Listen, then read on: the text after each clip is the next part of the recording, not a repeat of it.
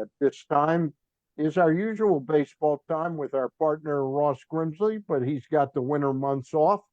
And I thought we'd start it off, Luke. We'd kick it off with having some of the writers that cover the Orioles on a regular basis. No one better than that than Andy Kostka of the Baltimore Banner. Andy, thank you for joining us. Yeah, of course. Thanks, guys. All right. Also, Andy is a former press box intern. I am.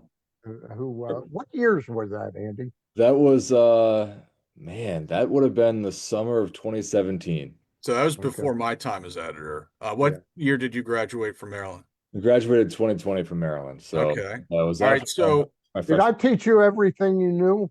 I wrote a lot of stories based on your stuff. So I was Yeah. learning the ropes. I was learning the ropes. did you graduate right after COVID struck or It Well, was seven. yeah, it was right after it. So graduated. Yeah, so I was actually in Indianapolis for the Big Ten tournament at the right? stadium when the Big Ten tournament got canceled. So Wow. that was my senior year, and then everything, I graduated in my parents' basement, How and about that? yeah, it was a crazy experience, but yeah, obviously let down. You don't want that to be the way your college experience ends, but It's a lot of memorable at least. a lot of worse things than Yeah. losing the last 2 months. A lot of people had it worse than I did. So yeah. I want to remind everybody we're brought to you by the Costas Inn, and I'll be talking about them a little bit later on. Two great locations now. The classic older location at 4100 North Point Boulevard, the new location at Timonium Racetrack above the grandstand there next to the OTB. And we'll talk a little bit about the two of those restaurants. Sad news today in the world of Maryland restaurants, Baltimore restaurants. Mr. Pappas passed away from Pappas Restaurant, and father of the Pappas chain. Wonderful, wonderful. But we talked baseball, and I thought, Andy, I'd let Luke kick it off because she's got an interesting question that goes back a few months ago. Luke, why don't you kick it off today? So, Andy, I thought you did a terrific job on the story you did on basically the last 2 or 3 weeks of the Hyde era. That uh, was really shared by fans, and it was a very interesting look at what it's like, at what it was like in the last few weeks there. So, my question to you is, what's it like to cover a team where the manager seems like he is on the way out? So, I'm really talking about May of this year. Yeah, it felt like a little bit of a ticking clock, and you knew that there had to be a heck of a turnaround quickly, otherwise, Brandon was going to be out of time. And so I always preface everything, of course, by saying like the manager doesn't swing the bat, he doesn't throw the pitches. Baseball is like many sports, it like unlike football, where it's a coach or an offensive coordinator calling plays for an offense.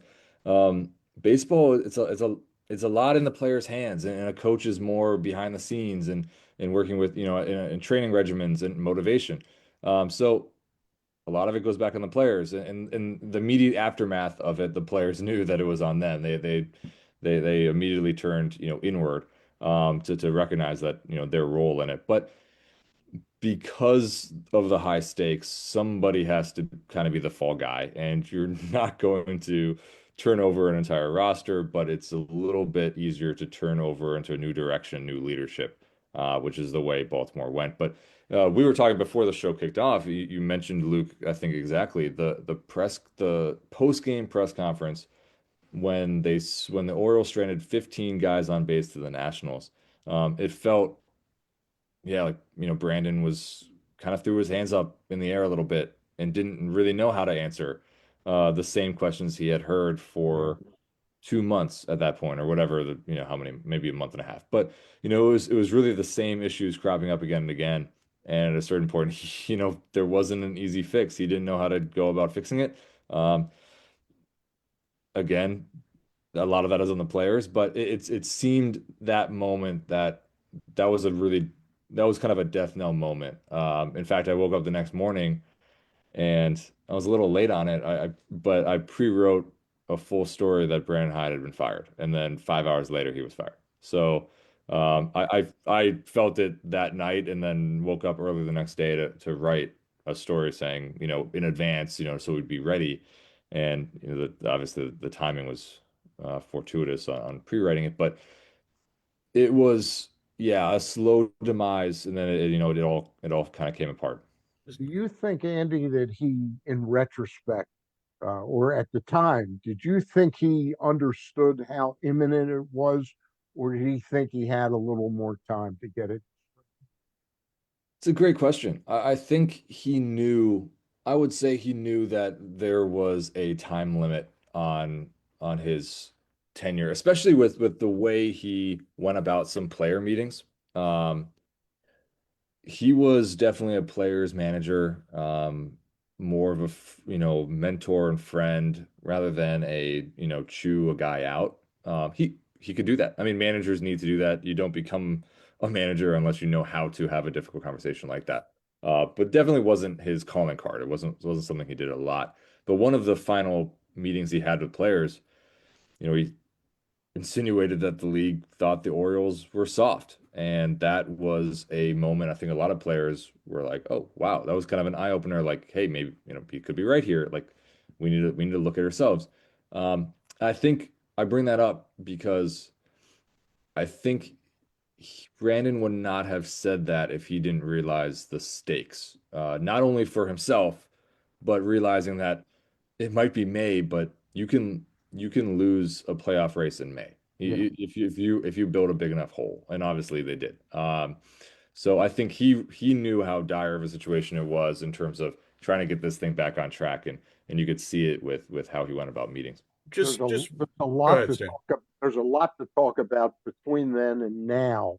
But the two, let's kick it off tonight with the two most recent things: the trade of Grayson Rodriguez for Taylor Ward. And to me, it was surprising, very surprising, and I think Luke agrees with me, that the tendering of Ryan Mountcastle, in one positive way, it may have showed that money isn't as big an issue on every singular move as it was in the past 5, 6 years. Yeah, I would agree that that is a move that shows that, hey, you can keep Ryan Mountcastle around potentially, and if it doesn't work out early in 2026, cut bait. Or, this has never really been a front office that is i- in the business of giving away players for free. So I don't think any front office should do that, but someone more willing to cast the guy out, even if there's technically value there. And so I look at it with Mountcastle as he could still be traded this offseason. It's possible that a Kobe Mayo could be traded this offseason, and then suddenly you need a right-handed bat at first base. Ryan Mountcastle fits that with Basayo as a lefty mixing into that first base conversation. Who knows? There could be a major domino moment down the stretch where Baltimore goes and gets a Pete Alonso. If they really splash, Yeah. you can then package a Mountcastle or a Mayo or a Tyler O'Neill if you include $10 million a year. You could include a right-handed hitter to even things out. In terms of money being available, I would say that if Baltimore wanted to move on from Tyler O'Neill, um, and if money is not a problem, you could do that. There are teams out there that would take a flyer on an injury-prone guy when healthy can really be a A big bat masher. Yeah. when healthy. And so I think there are teams out there that would say a 2-year deal for 20 million if the Orioles pay off X amount Half of. of it, roughly half of it. Yeah, that feels a lot better for some teams. How about the trade? And then I'll throw it back to Luke for a couple quick. Yeah, the trade was one of those I would say surprising, although in retrospect, when I'm thinking back, I was at the GM meetings and talking with Elias there. Um, Mike Elias did not seem, I didn't even seem, he was very straightforward in that he wasn't putting that much stock into Grayson for the 2026 rotation. He was saying Hmm. he called him a wild card. Really was he was saying that you couldn't bet on Grayson being one of those top guys just because he had been out for a year and a half at this point. So knowing that and then realizing that, they use him in a trade, take him at face value, it appears as though Baltimore did not necessarily believe that either Grayson could get back to the level he was at, given the time off, or could even get, hopefully not, but could even get back to the mound at all. Yep. Hopefully that is not the case, but he has been out for quite a long time. We have seen how good he can be. I mean, when Grayson is healthy and right, he is an ace type pitcher, and he's only 26, so he could definitely develop into an ace if things work, in his favor. It's a big if because he has had those injury issues for much of his professional career, and getting Taylor Ward back was somebody that Baltimore has been interested in a while. He is great against left-handed pitching, which they need to improve on. He doesn't expand outside the strike zone. That's something Baltimore loves. He walks at a strong clip. His strikeout numbers in 2025 were problematic, but he did hit 36 home runs. So I think Baltimore saw an opportunity and jumped on it. It's a risk. I mean, Yeah. a trade is always going to be a risk, right? You're giving away value for something else, and in this case, the lineup is better. The rotation is potentially worse, but I don't know if Baltimore could even necessarily pencil in Grayson into that rotation. Did you sense any disconnect between Grayson's side and the club about how his health was handled? Um, Because when I saw this trade, that's the first thing I thought of. That not, and I'm not saying that Grayson's side requested a trade or anything like that, but I am saying that perhaps it was floated that a fresh start might not be bad for both sides. well, what I can say, a source with direct knowledge can say that Grayson did not request the trade. I Okay. can say Okay. that, with surety. I would not be shocked, and I'm gonna walk a little bit of a tightrope on Mhm. what I can say, but I would not be shocked if a fresh start is something that Grayson's side can look Mhm. forward to in terms of a organization that really believes in what he can be. Think about this, and this is conjecture. Grayson was a Dan Duquette draft pick. Mhm. There are very few Dan Duquette players left in this organization. I think Aiken and Mountcastle are And the Kramer. only two, And and Kramer. Kramer. And so there might be one more. But I believe that might be the list. Yeah.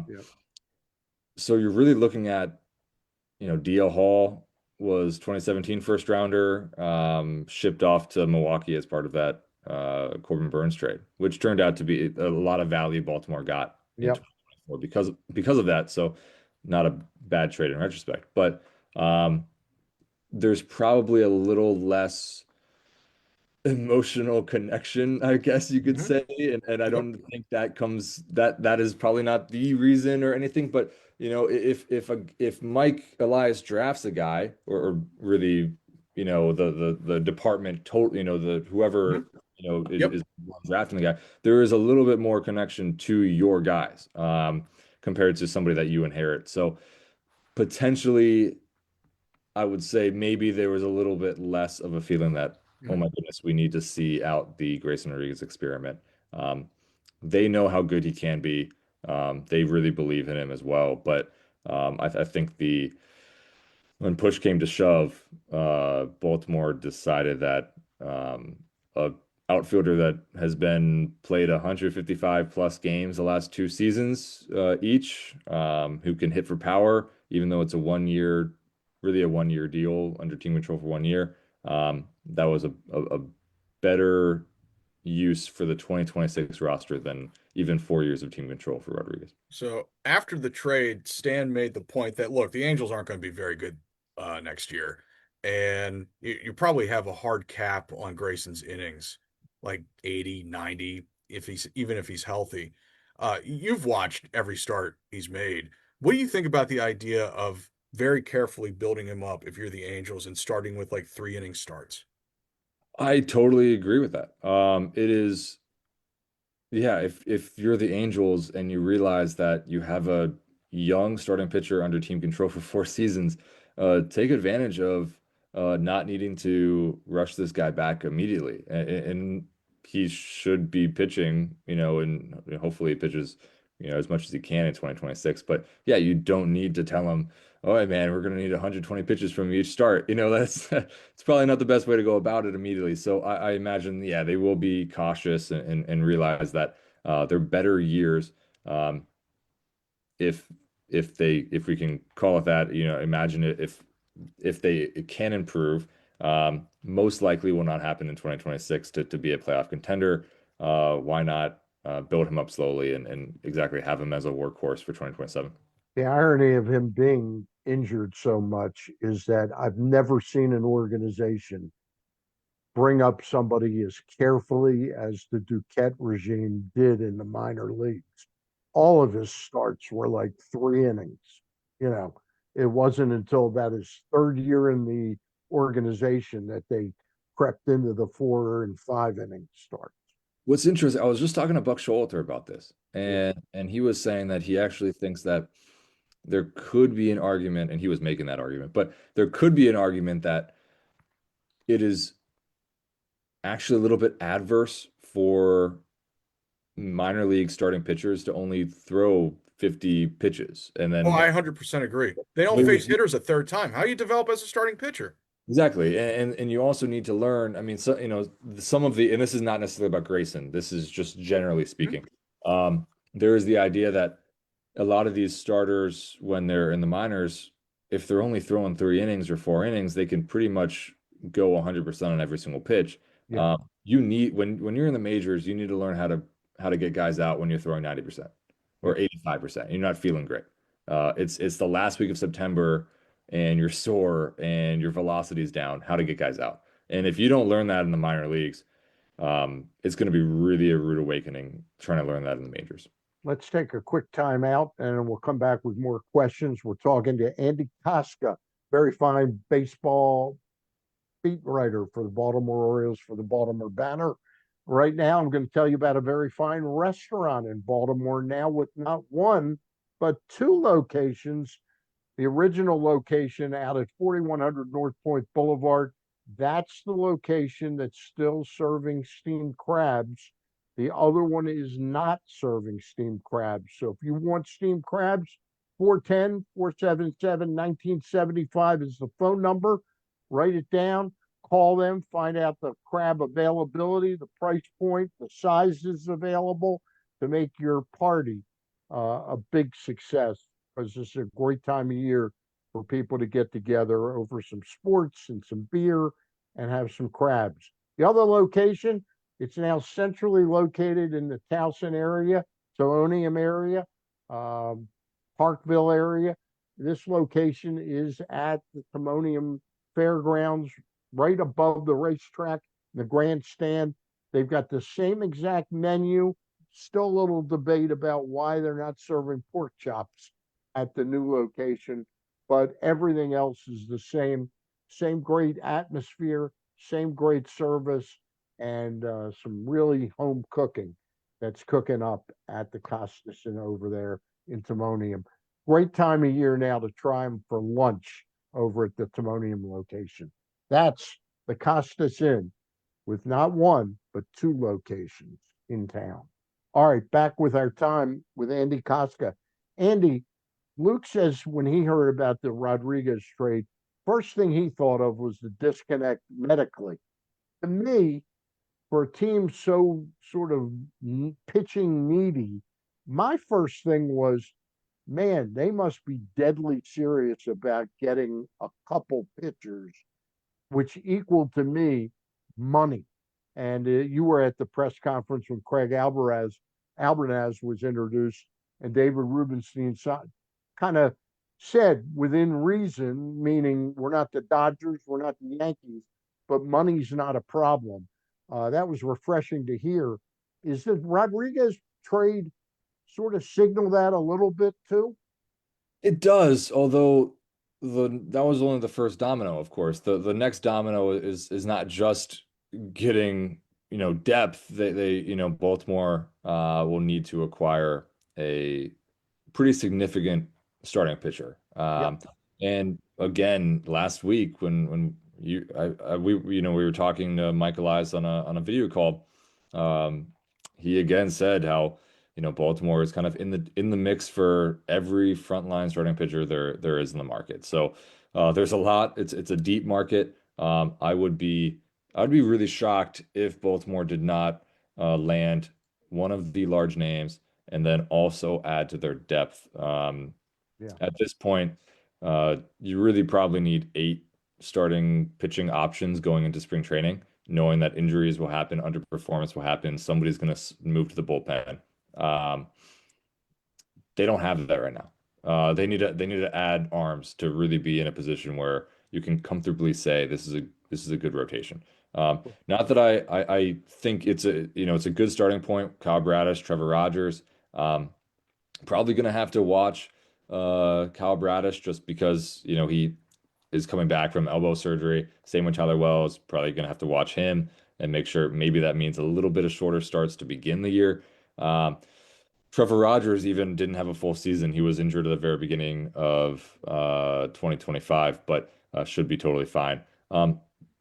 That's a really good start to a rotation when you have those two atop it. But if you could add a Framber Valdez, so to speak, what somebody Yeah. in that echelon, that is suddenly a rotation where you feel like games 1, 2, and 3 of a playoff series, you're rolling out 3 great starters and you have a great chance to advance, which is something they have not.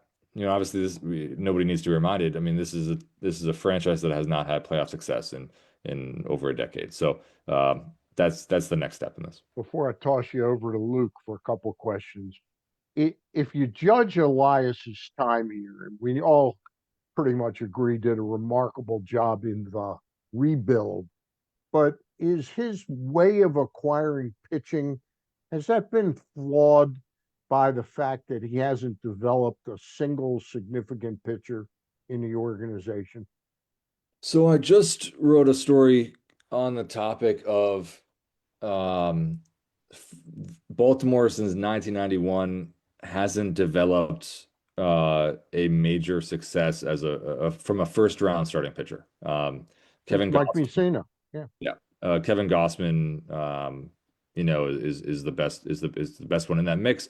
Obviously, Gossman went on to better things after leaving the organization, really flourished and is now doing great things in Toronto.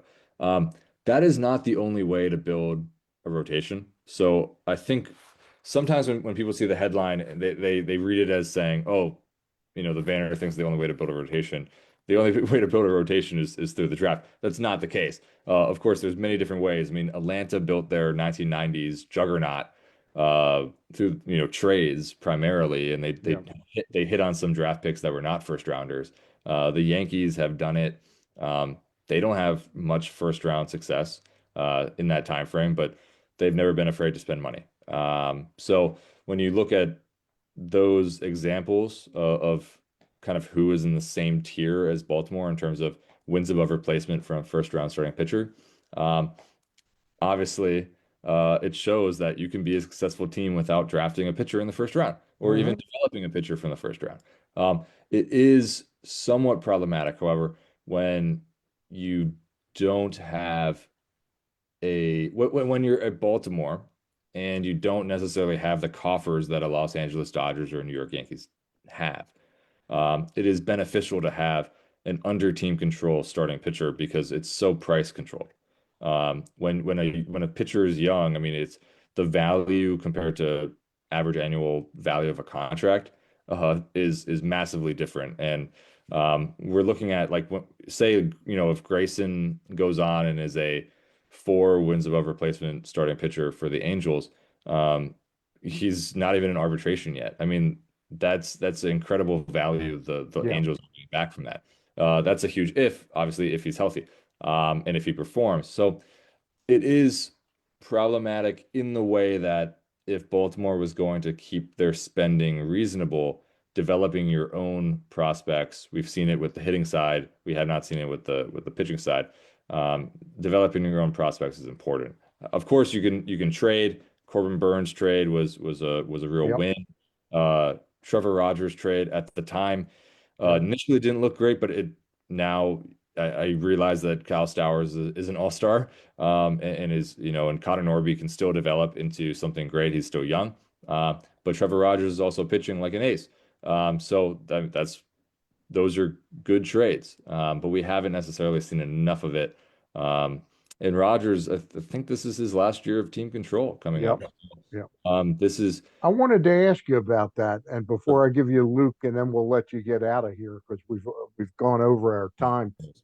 But Trevor Rogers, wouldn't it seem like this is the time for the club to strike to try and get a deal that would keep him in Oriole uniform for 3 or 4 years?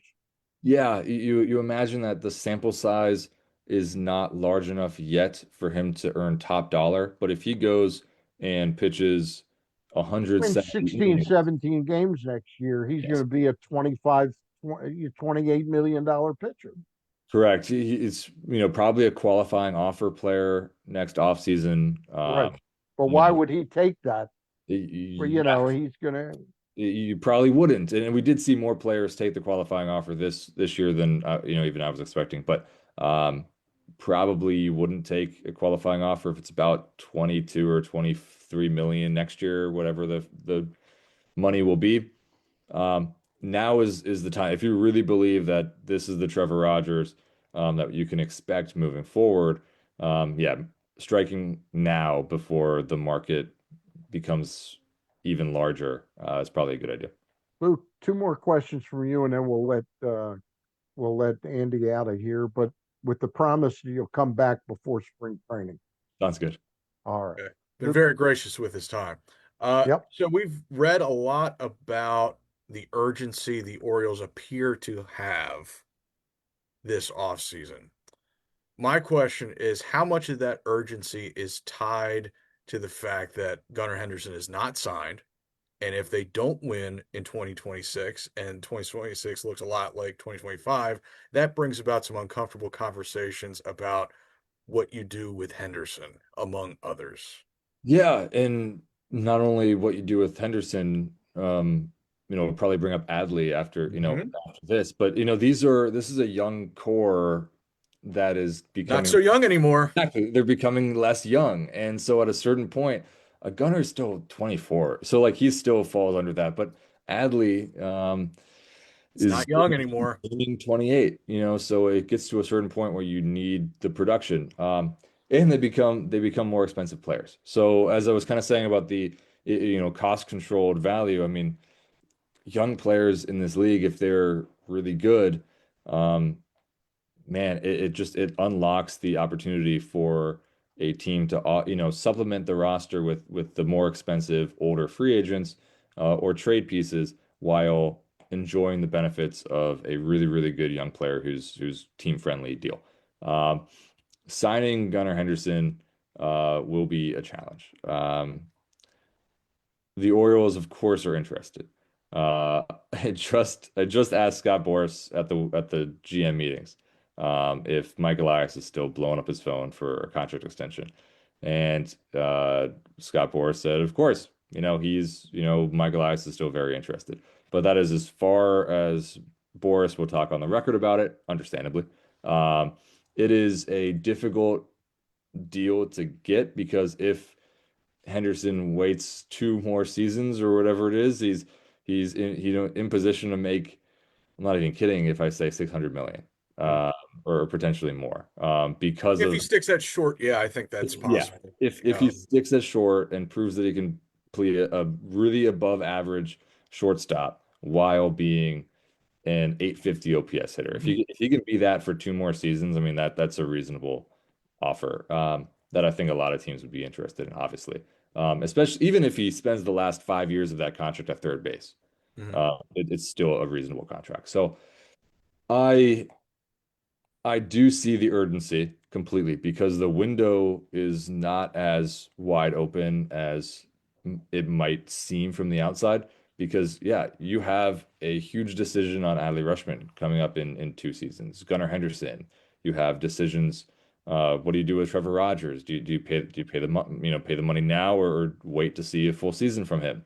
Kyle Bradish. I mean, these are real centerpiece pieces of of your roster that are going to be facing the open market, and it's hard to keep a window open with the pipeline of talent. They built such a pipeline partially because they were drafting in the top 10 for 4 seasons in a row, and they hit on some compensation picks as well. You get Gunner 31st or whatever it was. So you make major hits even later in the draft. Um, but when you're picking in the 20s, it's a little bit harder to have slam dunk draft picks. So we'll see, but there's a lot of as you said, I think there is pressure on 2026, not only because it's to get back on track after a really disappointing 2025, but also because the window is not as open as it's shutting, so to speak. Not shut yet. It will still be open for quite a couple more seasons here, but it's not as easy as um, a decade of team control for these guys. It's just not the reality. So I got one more for you, then we'll let you go, I swear. That's fine. So I think for the last season and a half, it's pretty fair to say that this young core that they've assembled has underwhelmed, right? Yeah. Pretty much across the board. And I also think it's fair to say that no matter what they do this offseason, nothing would help this team more than Adley Rutschman getting back on track, more than Colton Cowser getting back on track, et cetera, et cetera. So my question is there a common thread to these young players' struggles that you have seen over the past season and a half? Is there any commonality there? Because if you look at the projections for next year, the projection systems are still fairly high on this group. Yeah, I think the projection systems are high in this group, I think because they look at history and Mhm. they realize that generally speaking, a player of that age group doesn't just lose talent overnight. These guys have not lost their talent. I think I'm going to focus on Colton Cowser just for a second, because I think he's an interesting case, and I'll kind of expand it beyond him in a second. But when I watched Colton Cowser, the prospect, um, at Sam Houston State highlights. You're looking at a guy who can, as a left-handed hitter, hit to left field better than most right-handed hitters. His opposite field numbers were fantastic. His line drive approach was fantastic. Um, we're seeing a guy now that I'm not certain if it was pushed on him or if there's just more pressure to be more of a home run hitter and launch angle being a little higher. But we're seeing a guy that is a little bit more pull side oriented, and the results have not been as as good as I suppose because I mean, a um, 40% strikeout rate last yeah, year is devastating. it is, and I would the major thing I would like to see with Colton Cowser specifically is to say we don't need you to hit 25 home runs. Go hit to the opposite field, play a good defensive left field or center field, wherever he ends up. Probably at this exact moment, it would probably be center. But play a good defensive center field and slap balls the other way. And if you get a hold of one and you yank it to right field, flag porch, sure, man, like that sounds great. They're not going to say no to that. But that's just one example of where I do think there is a little bit of a getting away from what made him so great. And so I would encourage, not that he needs to listen to me. In fact, he probably shouldn't for hitting advice. Please don't. But if he's listening to this, hopefully he's not calling me an idiot. And second off, hopefully he does see that he's a great opposite field hitter, and I do think there's room for improvement in that regard. But I do see it with a lot of players. I mean, Adley Rutschman, for instance, we were seeing a swing that was not as level, a little bit more of an upswing, which when you get behind a ball, man, that thing travels a mile. But Baltimore, I think, got a little home run heavy in approach, and it would be really nice to see them be able to put the ball in play and hit with 2 outs and get a runner moving from first and pull a single through the right side of the infield. I mean those are the little things that you see in the postseason. I mean we just watched the Blue Jays, right? And they did a lot of two out hitting really well and putting the ball in play. There's advantages to that. And so I think I imagine this is not lost on anybody in the organization, and I'm sure they've talked about it, and I'm sure they've weighed the pros and cons of hitting a home run versus trying to put the ball in play. But from the outside, it definitely seems to be a bonus if they put the ball in play more. He is Andy Kostka, and you can get those insights on almost a daily basis on the Baltimore Banner. Are you writing every day, or is it more like 3 times a week right now, Andy? Probably 3 times a week, but there's always news happening, so it turns into almost every day. All right. You heading down to the winter meetings? I'll be down in the You'll be winter. down in the Terrific. meeting. Maybe we'll grab. That's too tough to grab you then, because I went to those. The minute you get on like a show like this, all of a sudden you get well, gotta go. Yeah, So, yeah. and I think they may be pretty active. It could Andy, be. thank you very much. Great Of course. insights on the BaltimoreBanner.com. We thank the Costas for bringing these shows to you. And again, for Andy Kostka, Luke Jackson, I'm Stan the Fan Charles, and we'll be back probably next week with a surprise guest or two. All right. Thanks, Andy. Appreciate you. it. Bye.